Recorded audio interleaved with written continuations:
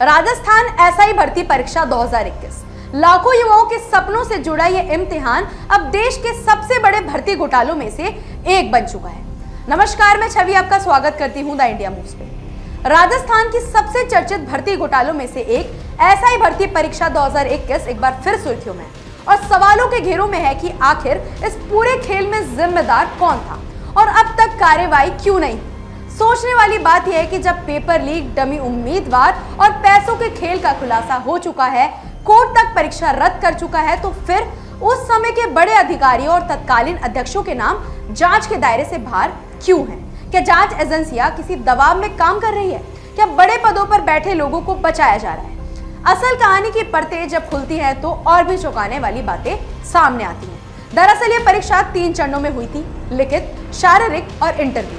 और सबसे अहम पहला चरण यानी 13 से 15 सितंबर 2021 के बीच लिखित परीक्षा का आयोजन आरपीएससी ने कराया था। उस समय आयोग के अध्यक्ष भूपेंद्र सिंह थे, जो इससे पहले पुलिस महानिदेशक भी रह चुके थे, जबकि साक्षात्कार की प्रक्रिया 2022 में संजय श्रोत्रिया के कार्यकाल में हुई।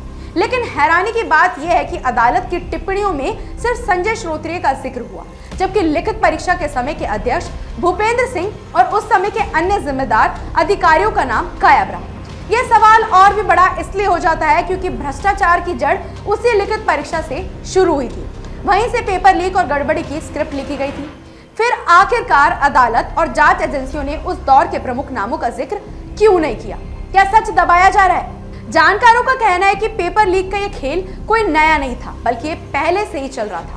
बताया जाता है कि आरपीएससी के पूर्व सदस्य रामू राम रायका ने तो परीक्षा से 7 दिन पहले अपने बेटे और बेटी को पेपर तक उपलब्ध करवा दिए थे। बावजूद इसके ना तो उनसे गंभीर पूछताछ हुई और ना ही उस समय के अध्यक्षों को कटघरे में खड़ा किया गया। यही नहीं, इस घोटाले में बाबूलाल कटारा, शिव सिंह राठौड़, भूपेंद्र सारन जैसे बड़े नाम सामने आ चुके हैं, लेकिन फिर भी तत्कालीन अध्यक्षों और अधिकारियों पर कोई सीधी कार्रवाई नहीं दिख रही। ऐसे में यह संदेह और गहराता है कि कहीं पूरी जांच राजनीति से प्रभावित तो नहीं हो रही और कहीं ये सब कुछ इसलिए तो नहीं हो रहा कि असली बड़े नाम बच जाए और सिर्फ छोटे लोगों की बलि का बकरा बनना पड़े। हैरानी की बात यह भी है कि राज्य के बड़े नेता जो इस मुद्दे को लेकर खूब बयानबाजी करते हैं, जैसे किरोड़ी लाल मीणा और हनुमान बेनीवाल, वे एक दूसरे पर तो आरोप लगाते हैं, लेकिन आरपीएससी के पूर्व अध्यक्षों या भ्रष्ट सदस्यों के नाम लेने से परहेज करते हैं। आखिर क्यों? क्या उनकी भी कोई मजबूरी है या वह भी किसी दबाव में है? वहीं याद दिलाना जरूरी है कि 2021-22 के दौरान ही रीट पेपर लीक घोटाला भी सामने आया था और वहां भी अध्यक्ष की भूमिका पर सवाल उठे थे, लेकिन वहां भी कार्रवाई लगभग ना के बराबर रही। इससे साफ झलकता है कि यह मामला सिर्फ कुछ अधिकारियों की मनमानी नहीं थी, बल्कि एक सुनियोजित तंत्र का हिस्सा था, जिसमें आयोग के शीर्ष पदाधिकारियों की भूमिका भी संदिग्ध हो सकती है। आज जब हाईकोर्ट ने परीक्षा रद्द कर दी है, तो सबसे बड़ा सवाल यही है कि क्या सरकार और जांच एजेंसियां इस मामले की गहराई तक जाएंगी या फिर वही पुरानी कहानी दोहराई जाएगी कि कुछ छोटे नाम को फंसा दिया जाएगा और बड़े लोग बच निकलेंगे।